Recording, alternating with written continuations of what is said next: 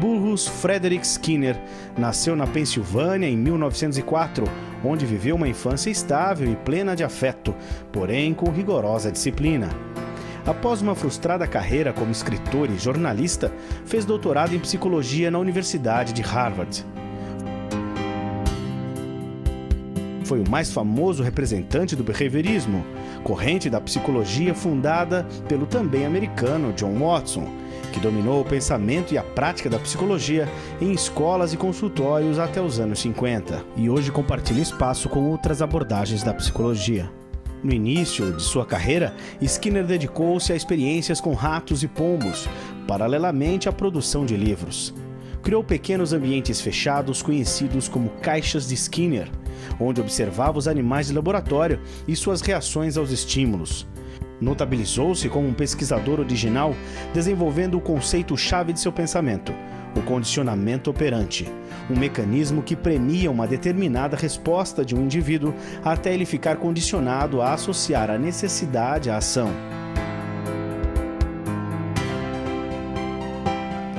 Em relação à educação, Skinner pregou a eficiência do reforço positivo, sendo contrário a punições e esquemas repressivos. Skinner rejeitou noções como a do livre-arbítrio e defendeu que todo comportamento é determinado pelo ambiente, embora a relação do indivíduo com o meio seja de interação e não passiva. Foi autor de trabalhos controversos nos quais defende o uso de técnicas psicológicas para a modificação do comportamento com o intuito de melhorar a sociedade e tornar o homem mais feliz.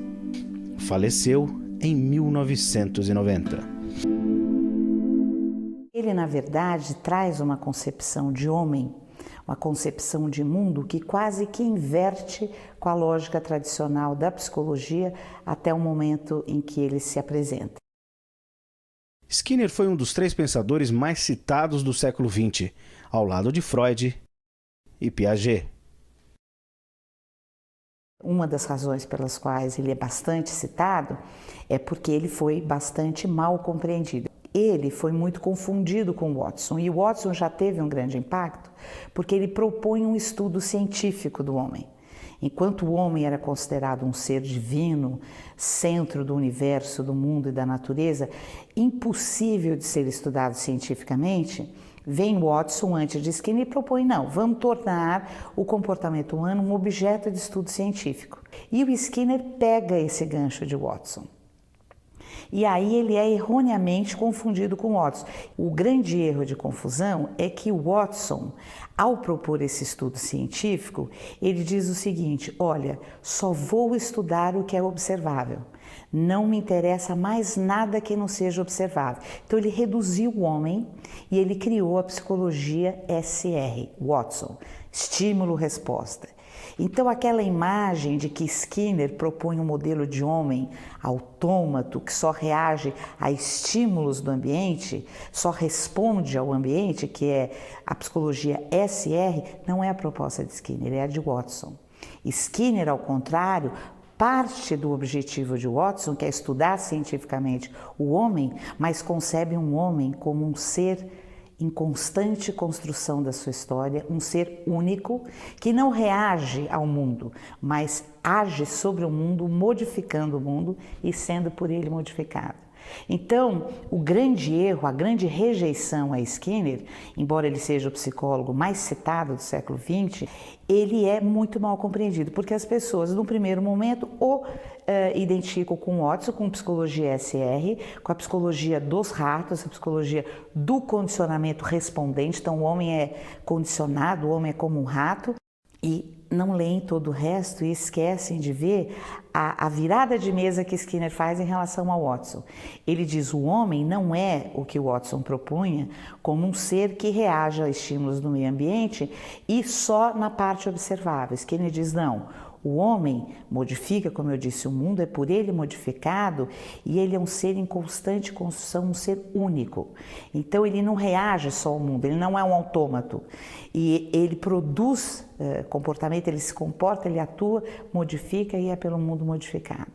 Um dos problemas que a gente tem que reconhecer é que ele começou estudando um ser muito querido chamado rato, né? Muito inferior ao ser humano. Mas por quê? Porque ele tinha uma preocupação, e aí, tal como Watson, de fazer um estudo científico do homem, né? E para isso ele usou o raciocínio da analogia. Ele tentou verificar, através de um ser muito inferior, que princípios de comportamento esse ser infra-humano poderia estar sensível, poderia ser demonstrado. E vamos verificar se esses princípios do comportamento demonstrados com um ser pequeno podem ser uma amostra, podem ser um modelo do que ocorre com alguns comportamentos do homem.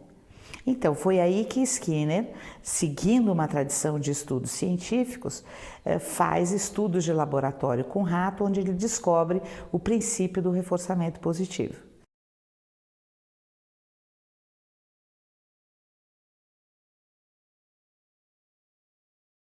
Um princípio que é importante ser bem entendido e bem explicado, que é aplicável sim não só ao homem, mas a qualquer ser vivente no planeta Terra. Ou seja, nós somos, enquanto seres vivos, sensíveis ao reforçamento. O que quer dizer isso? Nós somos sensíveis às consequências do nosso comportamento.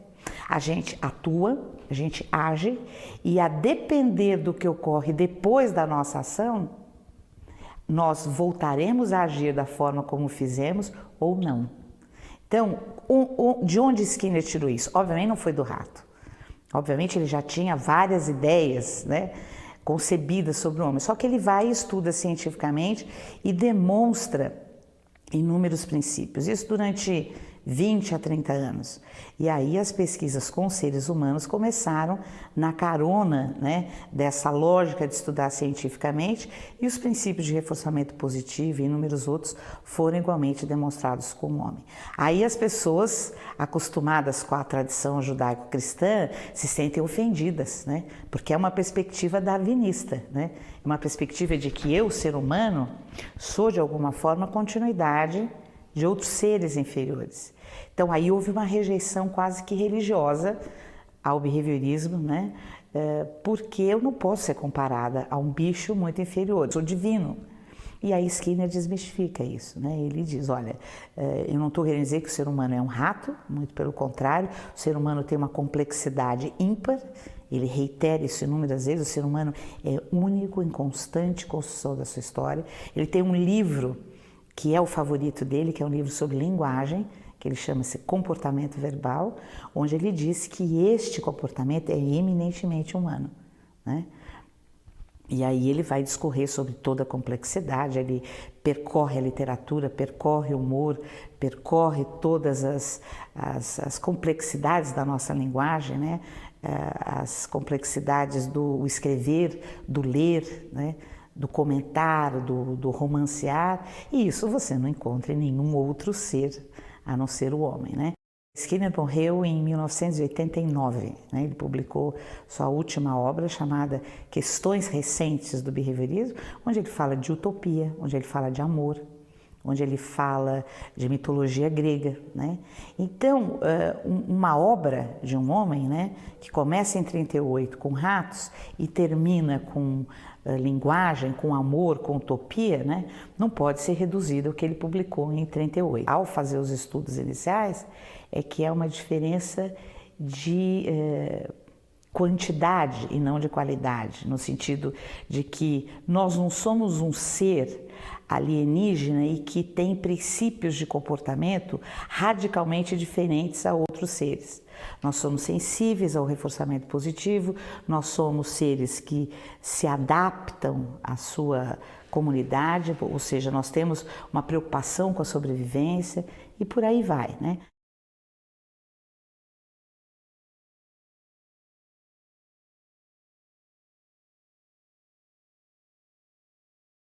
Para Skinner, o ser humano ele é produto de três histórias. A história filogenética, que é a história da sua espécie. Então, muito do que ele faz é determinado pela filogênese, pela espécie a que ele pertence.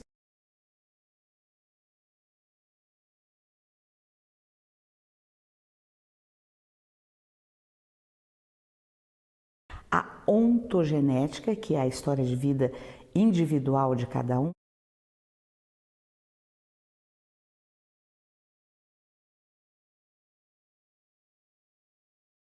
e a cultura. Então são os três determinantes. Então ninguém pode acusar Skinner de ser reducionista, porque ele está o tempo inteiro falando para a gente que nós somos um ser complexo, que aquilo que a gente faz hoje é determinado pela nossa filogênese, o que nós somos enquanto espécie. Eu sou incapaz de voar, por exemplo. Por mais que o meu educador, o meu professor me ensine a voar literalmente ou subjetivamente, jamais terei asas, porque eu não sou uma ave. A ontogênese, que é como eu construo a minha vida, as minhas relações com meu pai, com a minha mãe, as minhas relações com os meus professores, as relações com os meus amiguinhos da infância, a minha ontogênese e a cultura. A cultura envolve as práticas culturais que são transmitidas através do comportamento verbal ou linguagem. A partir dessa concepção, Skinner tenta explicar como essas histórias são construídas. Aí ele cria o modelo de seleção pelas consequências. Aí começam os primeiros princípios. Ele diz o seguinte: o que nós fazemos é selecionado pelas consequências da nossa ação. E aí, como ele quis mostrar isso? Ele começa nos estudos de laboratório, depois isso é evoluído dentro do behaviorismo para estudos com crianças com atrasos de desenvolvimento, com adultos normais, enfim, com todas as dimensões, com todos os grupos étnicos, etários e de deficiências. O grande princípio descoberto, primeiro, do reforçamento positivo, o que é uma consequência específica que aumenta a probabilidade futura da ação que a precedeu. Então, por exemplo, se você pede água para alguém, esta pessoa lhe dá a água e você estava privada de água, toma esta água, mata a sua sede, você tenderá no futuro a pedir água de novo para alguém da sua cultura, porque o seu comportamento foi reforçado positivamente, ou seja, ele teve uma consequência que lhe foi de alguma forma agradável, que atendeu às suas necessidades orgânicas, neste caso do exemplo que eu estou te dando, e isto aumenta a probabilidade futura de que você assim se comporte. Então aqui tem um aspecto importante, que nem tudo que é reforçador positivo é prazeroso.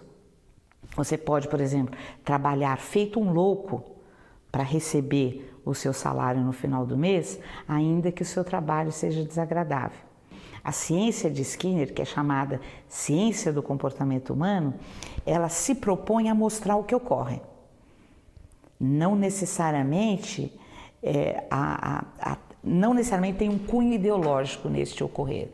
Então, ele é, obviamente, Skinner é um defensor dos princípios de reforçamento positivo versus os da punição. Os de punição, a gente descobriu que é um tipo de consequência, as consequências punitivas, né, que a gente chama consequências aversivas, que essas decrescem a probabilidade futura da resposta que antecedeu. E pior, elas geram consequências emocionais, geram respostas, emocionais colaterais, geram ansiedade, né, geram descargas de adrenalina, geram tensão, e elas são, lamentavelmente, usadas na educação. Não é simplesmente você apresentar uma consequência que aumenta a probabilidade da sua ação que foi a descoberta, mas é como fazer. O que é reforçador positivo para um pode não ser para outro. A descoberta de que o ser humano é um ser individual, que tem o seu próprio ritmo, que tem as suas próprias características. Então, embora a gente tenha descoberto princípios comuns, a ontogênese de cada um ela é individual. Então, por exemplo, você apertar a bochecha de uma criança, dizendo, ai que lindo, você pode estar sob a hipótese de que aquilo é agradável para a criança, que aquilo vai aumentar a probabilidade de que ela se dirija a você ou de que ela se aproxime de você, mas não necessariamente. O que é reforçador positivo para um pode ser aversivo para o outro, pode ser punitivo para o outro. Agora, a grande sacada é essa, que nós somos sensíveis ao reforçamento positivo e é isso que nos move. Dito numa linguagem leiga, né, Skinner descobriu que o homem é movido pela satisfação, pelo prazer, né, e pelas consequências da sua ação. Se elas forem punitivas, ele para de fazer o que está fazendo, até chegar numa supressão, que a gente chama supressão do responder, que é o que nós conhecemos como depressão. No contexto escolar, é o que a gente conhece como evasão escolar. Então, uma criança que nunca mais vai à escola, quando você vai analisar o que aconteceu, ela teve uma trajetória de consequências aversivas e punitivas, que decresceram todo o repertório comportamental dela, a ponto dele chegar a 0 e ela dizer, eu nunca mais quero voltar nessa escola. Uma criança que se mantém indo à escola, que sorri quando está lá, que brinca, que faz perguntas para um professor, isto indica que aquela escola tem no arranjo das suas contingências, que é um termo técnico, o reforçamento positivo ocorrendo ali, né? Então, contingências de reforçamento é uma das lentes do behaviorismo. Eu diria mais, é um instrumental de análise. O behaviorista skinneriano, ao contrário de Watson, ele não olha só para os estímulos e para a resposta. Ele olha para o conjunto de respostas ou de ações, para as consequências que essas ações tiveram, e essas díades, né, o responder e as consequências, elas não ocorrem no vazio, elas ocorrem num contexto. Então, o behaviorista skinneriano, ele olha para o contexto, que são os estímulos antecedentes, para o responder, que é um termo técnico, mas são as ações, né? E para as consequências dessas ações. É o que a gente chama de contingências tríplices. Então, sempre o analista de comportamento, que é um nome moderno e atual, né, para os behavioristas skinnerianos, ele sempre olha para o mundo a partir desta lente, né, das contingências de reforçamento, né?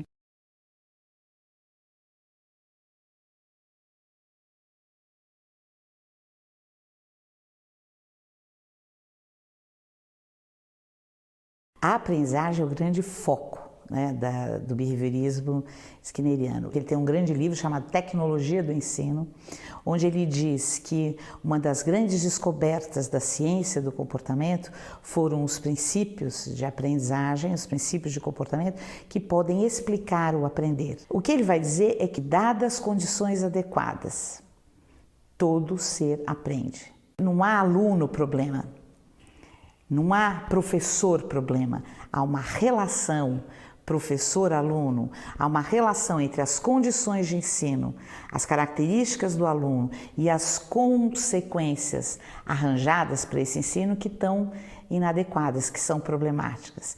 Então, o objeto de estudo de Skinner é relacional. Então, ele vai dizer que o aprender não é o aprender do aluno, é um aprender que está relacionado com as condições de ensino e com o manejo de contingências. Ele define que ensinar é arranjar contingências de reforçamento. Então, o que ele vai dizer? Ele vai dizer que um ser, né, para que ele aprenda a ler, por exemplo, ele vai precisar de condições contextuais, que são as condições facilitadoras para que este ler ocorra e possa ser reforçado positivamente, possa ser incentivado, possa ter consequências naturais. Então, aqui tem um detalhe importantíssimo, que não é um detalhe, é importância, né? É um grande aspecto, que é o seguinte: o ideal do aprender é que o ser aprenda e tenha consequências naturais deste aprender. Então, quando eu recito uma poesia, né, eu aprendi a ler, por exemplo, já sou um alfabetizado, leio uma poesia e tenho um imenso prazer e leio aquela poesia em voz alta e imagino as coisas que eu estou lendo, a gente diz que este ser está emitindo, né, tem uma habilidade, né, cuja consequência é natural. É o prazer da informação, é o prazer de se ouvir, né, são as relações entre as palavras, as relações com as histórias da sua vida, é o que se chama de consequências naturais. E o ideal da educação é que você ensine habilidades cujas consequências sejam naturais, porque a hora em que as consequências naturais ocorrerem e forem positivas, elas se encarregarão de naturalmente manter aquele comportamento. E como que o professor faz isso? Então essa é a grande contribuição.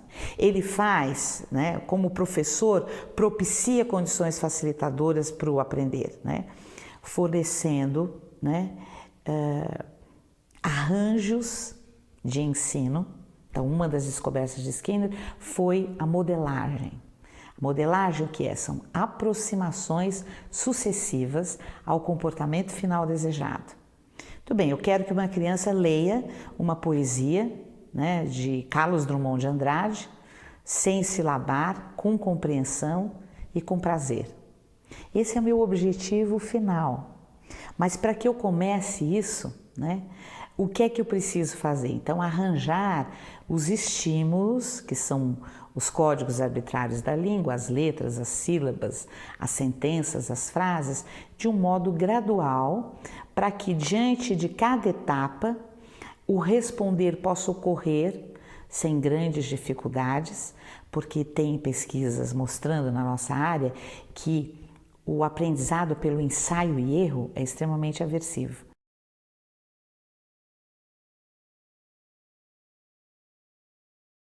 O errar, ao contrário do que outras abordagens defendem, o errar, ele pode ser importante para o educador, porque na hora que o aluno erra, o educador está percebendo o que ele não pegou, o que o educador precisa reiterar.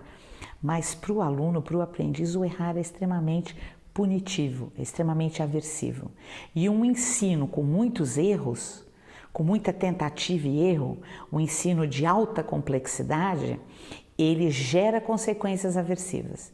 E ao gerar consequências aversivas, diminui a probabilidade das respostas. Então, ao contrário do que a escola clássica pregava, né? A escola clássica em termos, porque há muitas escolas hoje de São Paulo que você entra na escola, está escrito assim, é pelo caminho das pedras que se atinge o estrelato. Então, de novo, a nossa tradição judaico-cristã valoriza o sacrifício, valoriza a dor, valoriza a penalidade como uma coisa que tem mérito. E Skinner inverte todo esse raciocínio. Ele diz, o aprender tem que ser suave, gostoso, agradável e gradual. Então, se eu quero que um ser aprenda a ler, que é o exemplo que nós estamos aqui dando, vamos gradualmente, como se fosse, por exemplo, uma brincadeira, né? Uma criança, que é o ser que tem condições de começar a ler, em torno dos seus 5, 6 anos hoje em dia, né? Na hora em que ele está se expondo aos códigos arbitrários da língua, o que eu tenho que levar em conta?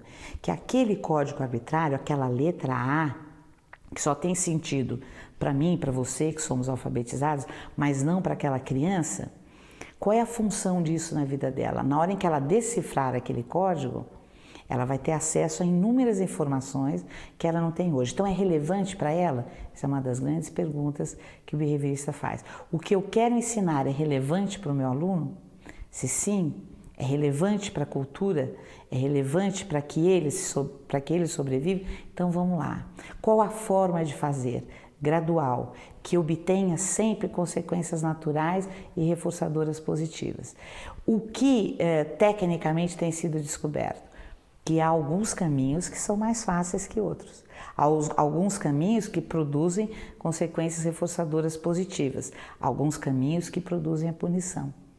E um dos caminhos que produzem as consequências reforçadoras positivas é ir gradual. Aí você vai me perguntar, quão gradual? Como que eu defino a rapidez do meu ensino, o ritmo? Quem define é o aluno.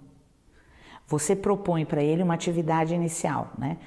Experimenta. Skinner tem uma grande frase que é o seguinte, nunca tenha verdades eternas. Experimente sempre. Essa é uma frase famosa dele, né? Então ele era um cara extremamente aberto, né, às verdades descobertas pelo experimentar. O que não pode, e aí eu preciso fazer um parênteses, é você conceber que este aprender depende única e exclusivamente do ser que aprende e que depende única e exclusivamente de uma estrutura de mente.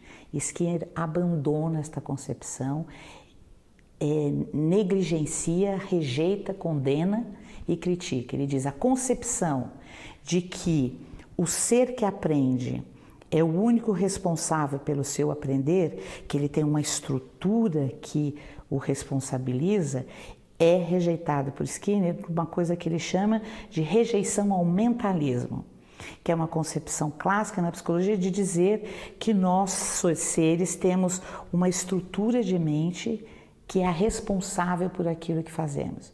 Skinner vai inverter essa concepção, ele vai dizer: não, somos um ser que tem uma filogênese, então a gente tem um cérebro, a gente tem uma bioquímica, a gente tem um organismo, mas o meu aprender dependerá da interface entre esta filogênese e as condições de ensino propiciadas pelo professor, pela escola. Se essas condições forem inadequadas, no sentido de que elas não são graduais, de que elas propiciam consequências aversivas, este ser não aprenderá. E não aprenderá não porque ele seja incapaz, mas porque as condições são inadequadas. Então a avaliação, ela assumiu um caráter na nossa escola eminentemente punitivo. E para o analista de comportamento, para Skinner, avaliar o aluno significa só verificar se aquilo que eu penso que eu ensinei de fato. Então é simplesmente isto, é mais uma etapa e na concepção do ser que aprende, naquela concepção de que o ser que aprende é um ser único, em constante construção do seu aprender, né? Eu até brinco que Skinner é construtivista nesse aspecto, né? Porque ele entende que nós estamos o tempo inteiro construindo os nossos repertórios, né? Ad infinitum. Como o ser é único e constante construção do seu aprender e os ritmos são individuais, né? Esta avaliação ela deveria ser contínua, porque você pode aprender num ritmo diferente do que eu. Quem diz que o aprender se dá em anos? E que eu tenho um ano para aprender a ler, aprender as operações fundamentais da matemática. Isso que estabeleceu foram códigos arbitrários das culturas, né? O Skinner, junto com o professor Fred Keller, eles criaram, a partir dos princípios comportamentais, o ensino individualizado. Aliás, Skinner foi um dos precursores do computador na educação, porque o ensino individualizado ele pode ser favorecido pelo computador. Então, quando você acompanha individualmente o seu aluno, quando você tem condições de vê-lo aprender passo a passo, a avaliação é praticamente natural, porque você está ali trabalhando, arranjando as condições de sala de aula, você propõe atividades em que você dá o feedback, você corrige, isso não é avaliação, você está ali no calor do ensino e logo em seguida você dá uma situação para ele, análoga à que você trabalhou e mede o desempenho dele sem necessariamente ter a sua correção, o seu feedback imediato. Então a avaliação nada mais é para o behaviorismo do que uma etapa do processo de ensinar e de aprender, onde você verifica do modo mais natural possível, do modo menos aversivo possível, se aquilo que você acha que ensinou de fato o aluno aprendeu. A palavra escola, a origem do termo é lugar onde se conversa. Então ele diz o seguinte: as escolas do futuro serão muito diferentes do que elas são hoje. Ao invés de lugares cinzentos, sombrios, né, elas serão lugares agradáveis, lugares que têm um cheiro bom, lugares que têm coisas bonitas, como lojas agradáveis no shopping, ou como lugares bonitos que a gente visita. Serão lugares onde as pessoas não serão avaliadas, porque as pessoas não gostam de conversar quando estão sendo avaliadas. Então ele retira da educação aquela avaliação com conotação aversiva e com a conotação de que sou eu que estou julgando você. Ele retira todo esse status de onipotência da avaliação, como sendo um direito do professor e um recurso de poder, né? Retira isso e coloca a avaliação como um momento técnico, que eu posso ou não precisar de uma forma mais formal. Se eu tiver uma condição de ensino e uma infraestrutura onde eu possa acompanhar o meu aluno individualmente, seja com a ajuda de monitores, seja com a ajuda de computadores, a avaliação será um momento natural onde a diferença entre ela e o ensino é simplesmente a diferença da minha presença como professor, corrigindo e dando um feedback imediato. A avaliação é um momento onde o aluno se comporta sozinho, sem o meu feedback imediato, né? O meu feedback vai ser depois para dizer para ele, olha, você acertou, você errou. Enquanto eu estou ensinando, né, a cada comportamento dele, eu digo, olha, não é assim, é desta forma, então eu estou corrigindo e modelando. A avaliação é o momento onde eu retiro isso para testar como ele é sozinho, né? É só isso, é mais uma etapa, né? Na questão da avaliação, essa retirada do aspecto punitivo é porque a punição gera respostas emocionais colaterais extremamente malévolas ao homem, né? A resposta de ansiedade, de apreensão, de fobia, de pânico, que são incompatíveis com o aprender. O aprender tem que ser numa atmosfera extremamente agradável, como esse estúdio que a gente está aqui agora, gostoso, cheio de plantas, cheiro gostosos, atividades envolventes, né? Então, a avaliação, ela perde na análise do comportamento aquele caráter ideológico de poder e o professor, ao avaliar, ele avalia o todo. Então, se ele perceber, por exemplo, né, nós temos um problema quando a gente diz isso, né, que a gente não avalia só o observável. O problema que a gente tem é como eu vou medir, qual é o meu acesso. Como professor, diante de 20 alunos, de 30, de 40, é difícil eu perceber, por exemplo, que o meu aluno, o Alfredo, por exemplo, os pais se separaram ontem e ele estava chorando durante a avaliação. Se eu tenho menos alunos e se eu acompanho e vejo que o Alfredo era sempre sorridente e que justamente no dia em que eu ponho ele numa situação de teste, eu vejo ele tenso, choroso, e na hora em que eu vou perguntar, ou na hora em que eu tenho outros dados, eu percebo que ele está num momento de crise, obviamente eu levo em conta todos esses aspectos que eu tive algum recurso observável, né? Eu tive as 2 lágrimas caindo, eu tive algumas dicas de tensão dele, então a gente sempre precisa do observável. Mas o analista de comportamento não se atém a ele. Ele estuda o que a gente chama de eventos encobertos, que são os pensamentos, as próprias emoções que ocorrem juntos. Então, o analista de comportamento está sempre atento. Um analista pergunta para um aprendiz, você errou essa questão, não errou? A gente viu, eu avaliei. O que você pensou quando você respondeu isso? Então, onde ele está indo agora, o behaviorista? Ele está indo para um evento interno, que é pensamento. E isso importa para o analista de comportamento, importa para o behaviorista skinneriano, sim. E essa é um grande escândalo quando as pessoas sabem. O educador, ele desconhece isso de modo geral. Ele fala, não, Skinner só estuda o observável. E o ser humano é muito mais do que o observável. Eu quero estudar esse ser complexo. E ele acha que Skinner não se propõe a isso. Um bom analista de comportamento, quando ele vai avaliar um aluno, ele diz o seguinte para um educador, tente buscar a maior amostra de repertórios comportamentais que você puder.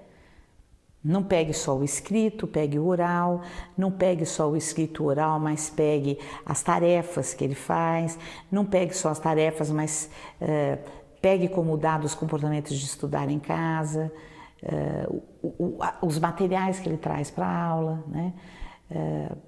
as ideias, as concepções, as escritas espontâneas, porque a escola ela é muito verbal, né? Ela só mede a escrita e a fala, né? Você tem inúmeras outras formas de medir um conhecimento, né? Pelo desenho, né? Pela criação de um texto espontâneo e por aí vai. Então eu acho que basicamente há uma virada de mesa, né? Onde a gente pode dizer que Skinner é extremamente pós-moderno na sua concepção de ensino, né? Ele foi um grande progressista, né? Eu diria que ele foi um sábio 30 anos à frente do tempo da gente, né?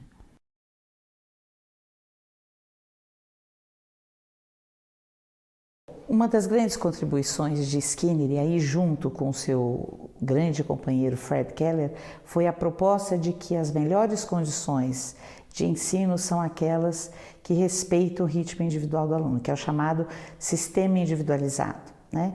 Esse sistema ele tem algumas características que são, eu ver, importantes porque são coadunantes com todos os princípios skinnerianos. Primeiro, a questão de que cada aluno tem o seu aprendizado no seu próprio ritmo. A segunda característica, divida o curso em pequenas unidades, das mais simples às mais complexas, e só deixe que o aluno passe para a seguinte na medida em que ele atingir completamente os objetivos da anterior. Então é uma perspectiva de que o objetivo do meu ensino é o 100%. Se o aluno ainda não atingiu o objetivo, não tem por que ele passar adiante, né?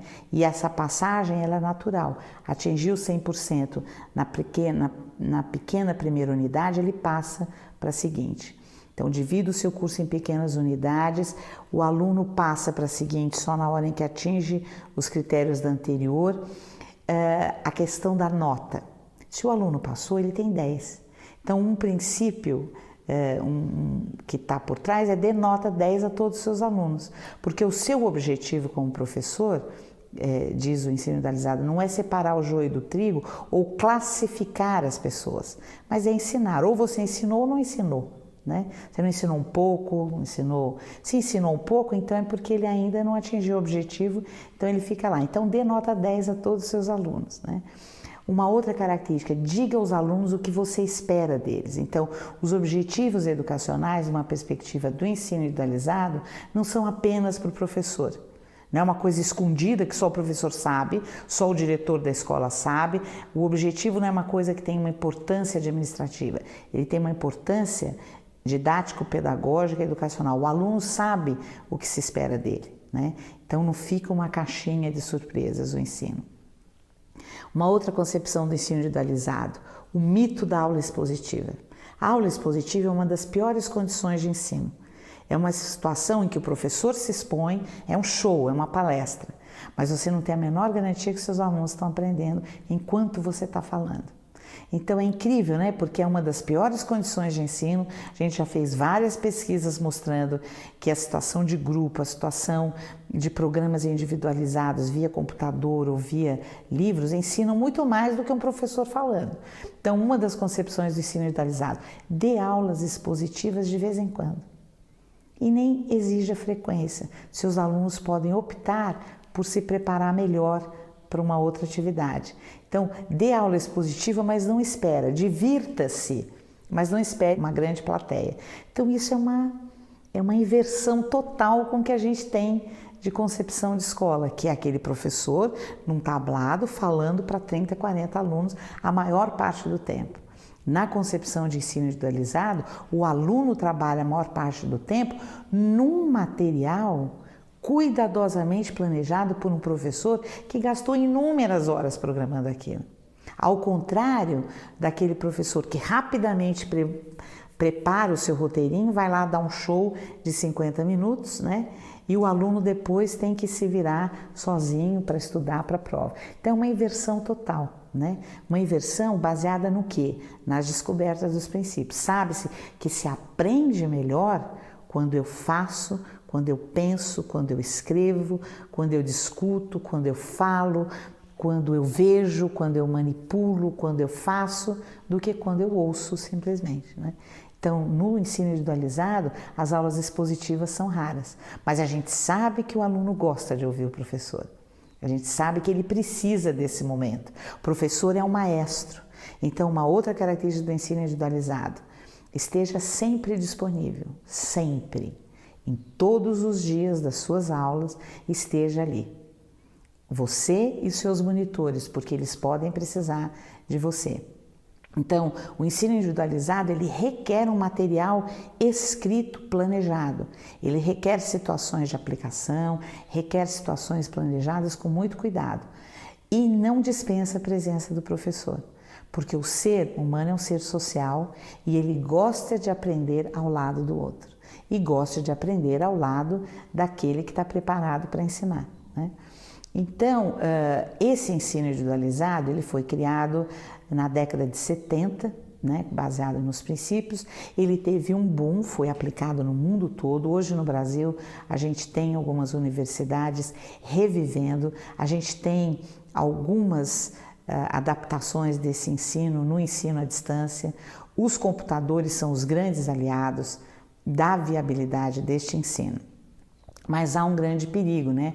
Há o perigo de isso ser entendido como professor não precisa mais, professor não tem mais o seu emprego, basta o aluno e uma tela de computador. Não é isto, né? O ensino individualizado, eu acabei de dizer, o professor tem que estar presente sempre. Para Skinner, né, a escola ideal é aquela em que o aluno é atraído por ela, não por receio e medo de ficar longe dela, mas porque nela ele encontra as mais fortes razões para se manter aprendendo, mesmo depois da escola.